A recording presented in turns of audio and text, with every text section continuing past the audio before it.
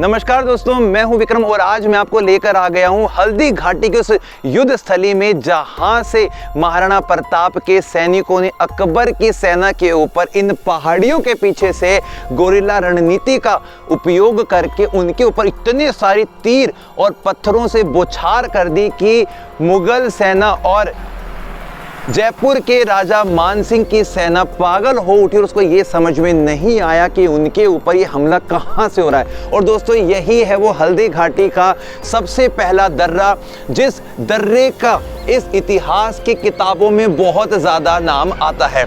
तो शुरुआत करते हैं हम, इसका नाम हल्दी घाटी क्यों पड़ा। यदि हम इस हल्दी घाटी की इस मिट्टी को देखते हैं दोस्तों, इसका जो रंग है ना वो हल्दी की तरह है। आप देख सकते हैं इसका जो रंग है बिल्कुल आपका टर्मरिक यानी कि हल्दी की तरह बना हुआ है, इसीलिए इसे हल्दी नाम मिला। और घाटी एक दर्रा ये बना हुआ था, इसलिए इसको हल्दी घाटी का दर्रा हम कहते हैं। अब इस दर्रे का उपयोग महाराणा प्रताप के सैनिकों ने किस प्रकार से किया वो मैं आपको बताता हूँ दोस्तों।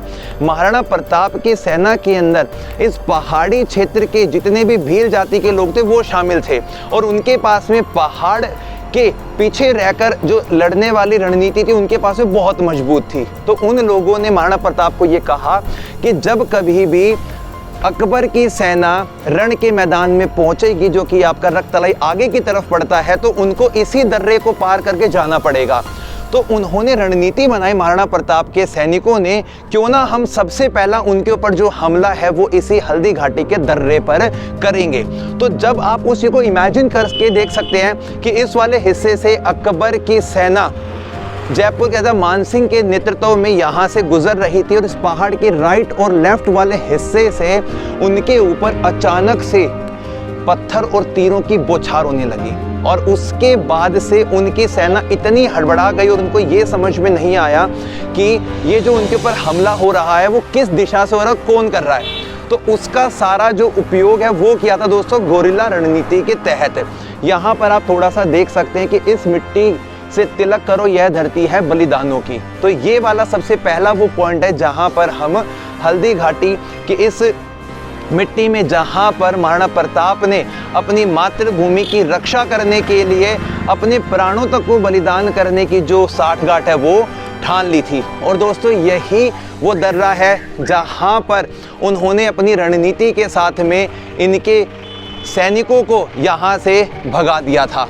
और दोस्तों, आप इमेजिन कर सकते हैं कि इसके पीछे वाले हिस्से में उनके ऊपर जब अचानक से तीर लगेगी तो किस प्रकार से जो मुगल सेना के जितने भी सैनिक थे उनके शरीर का हाल हुआ होगा, छलनी की तरह छन्नी कर जाता उनका पूरा जो शरीर था। और ये है दोस्तों हल्दी घाटी का वो दर्रा। और इस दर्रे के जो मिट्टी है दोस्तों, इसको हम अगर अपने माथे पर भी स्पर्श करते हैं ना तो ये लगा सकते हैं कि हम अपने उन सभी पूर्वजों को जिन्होंने हमारे मातृ रक्षा के लिए इस युद्ध को लड़ा और मेवाड़ के इस वाले क्षेत्र पे कभी भी मुगल सेना का जो सपना वो साकार नहीं हो सका। और दोस्तों, ये हल्दी घाटी का जो युद्ध है वो शुरू हुआ था 18 जून 1576 की सुबह और कुछ 6, 7, 8 घंटे के अंदर ही इस युद्ध को महाराणा प्रताप और उनकी सेना ने जीत लिया था और अकबर की सेना ने वहां से अपने कदमों को पीछे की तरफ हटा लिया था। तो ये मुख्य वो दर्रा है जहां से उनकी सेना पास हुई थी। और जिस क्षेत्र में लड़ाई की गई थी दोस्तों, वो जो रक्तलाई वाला हिस्सा है उसको भी हम ये भी कैप्चर करेंगे, देखेंगे कि वहां पर आज भी क्या उसकी मिट्टी का रंग लाल है, क्योंकि ऐसा बताते हैं कि कई हजारों लाखों सैनिक वहां पर दोनों दल के मारे गए थे।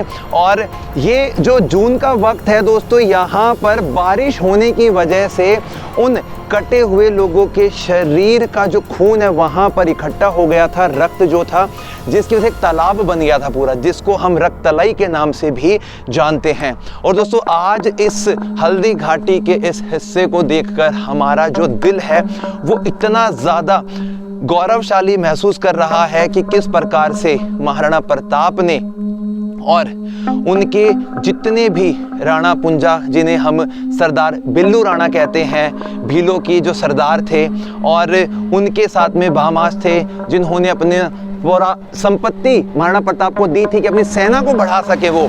और इस जंगल वाले हिस्से में महाराणा प्रताप 22 वर्षों तक रहे थे, यानी कि एक राजा होते हुए भी उन्होंने जो अपना जीवन है वो सामान्य व्यक्तियों की तरह बिताया था। तो दोस्तों ये है हल्दी घाटी युद्ध का वो पहला दर्रा, जिस दर्रे का आज हम यहाँ पर दृश्य देख रहे हैं। और इसी दर्रे का जो एक नाम है दोस्तों, हम समझते हैं यहाँ पर कि जो गोरिल्ला रणनीति यहाँ पर अपनाई गई थी ना, उस रणनीति का यहाँ पे फायदा मिला था महाराणा प्रताप की सेना को, क्योंकि महाराणा प्रताप ये जानते थे कि उनके पास में इतनी बड़ी सेना नहीं है, लेकिन जो रणनीति है ना दोस्तों वो कहीं ना कहीं मुगल सेना से कई गुना ज्यादा थी। इस वजह से महाराणा प्रताप के जितने भी सैनिक थे पहाड़ के इस हिस्से के राइट और लेफ्ट जंगल के बीच में छुप कर बैठ गए थे। और इसे छापामारी रणनीति का भी उन्होंने एक युद्ध हुआ था दोस्तों 1582 के वक्त में, जिसे दिवेर का युद्ध कहा जाता है, जहां पर महाराणा प्रताप ने एक तलवार के वार से बहलोल खां के पूरे शरीर के 2 हिस्से कर दिए थे। और बहलोल खां का ऐसा जिक्र आता है इतिहास के अंदर कि उनका जो कद काठी है वो तकरीबन 7.5 फीट का था, यानी एक सामान्य व्यक्ति अगर बहलोल खां को देखता है तो वो डर जाएगा। और इसी गलत सोच की वजह से अकबर ने बहलोल खां को अपना सेनापति बनाया और दिवेर के युद्ध में ये कहकर भेजा कि बहलोल खां मुझे पूरा यकीन है कि तुम महाराणा प्रताप को हराओगे भी और मेरे पास लेकर आओगे। लेकिन दोस्तों महाराणा प्रताप तो महाराणा प्रताप है ना। सबसे पहले उन्होंने दिवेर के उस युद्ध में थोड़ी देर बहलोल खां को खिलाया, उसके साथ इतना जो हमला था उसका बचाने की कोशिश की। और जब महाराणा प्रताप को ये पता लग गया ना कि बस अब इसका अंत करने का वक्त आ गया, तो उन्होंने अपनी एक तलवार के वार से घोड़े समेत बहलोल खां के शरीर के 2 हिस्से कर दिए। तो अब लगा सकते हैं कि उनकी बाहू में कितना बल था। और उनके इसी बल को, महाराणा प्रताप के इसी शौर्य को अकबर ने फाइनली 1586 के वक्त में देख लिया था। और उनका जो अंतिम बताते हैं कि जो अकबर की सेना का अंतिम जो कूच है महाराणा प्रताप को अपने अधीन करने का, वो उन्होंने 1586 के वक्त में आजमाया था। और महाराणा प्रताप के ऊपर अकबर का जो लास्ट युद्ध था वो दोस्तों 1586 के वक्त में हुआ था। और उसके बाद में अकबर ने बात सोच ली थी कि महाराणा प्रताप मेरे बस की बात नहीं उनको जीतना। और अकबर ने अपने कदम पीछे हटाए और अपनी जो सत्ता है वो आगरा से चलाई।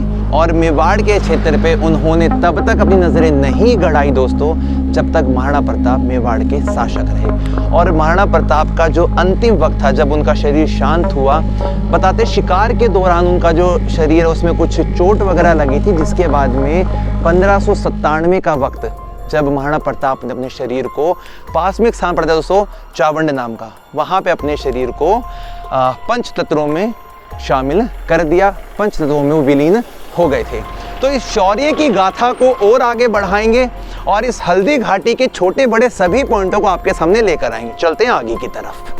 हल्दी घाटी का जो युद्ध हुआ था उसके पीछे जो सबसे मेन हिस्सा आता है वो आता दोस्तों यहाँ का दर्रा, क्योंकि इस दर्रे का कुछ इस प्रकार की बनावट थी कि अकबर की सेना को यही नहीं पता लगा था कि महाराणा प्रताप के जो सैनिक थे उनके ऊपर कहाँ से पत्थर से वार कर रहे थे और कहाँ से उनके ऊपर तीरों से वार कर रहे थे। और दोस्तों वो जो दर्रा है उसका प्रारंभ हो जाता है इस वाले हिस्से से, यानी कि आज के टाइम में देखने के लिए ये वाला हिस्सा बनाया गया है, लेकिन वास्तविक तौर पर वो दर्रा ये नहीं रहा होगा। वो दर्रा इन्हीं अरावली पहाड़ियों की श्रृंखला के अंदर कहीं ना कहीं आसपास जरूर रहा होगा। लेकिन दृश्य ये बताता है कि इस जंगल वाले हिस्से में जहां पर आज पूरा आप देखेंगे कि झाड़ झुंकार आ चुके हैं और इन्हीं झाड़ के बीच में बना हुआ था दोस्तों वो वाला मेन दर्रा, जिस दर्रे के पीछे की तरफ बैठकर महाराणा प्रताप के जो सैनिक थे उन्होंने गोरिल्ला रणनीति का प्रयोग किया।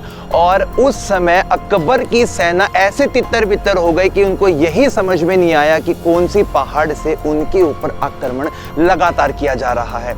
और दोस्तों उस युद्ध को आज भी हमारे इतिहास की किताबें महाराणा प्रताप की गोरिल्ला रणनीति के नाम से जानती है। और दोस्तों अभी आसपास के व्यू में और कुछ चीजें उनको भी हम कैप्चर करते हैं।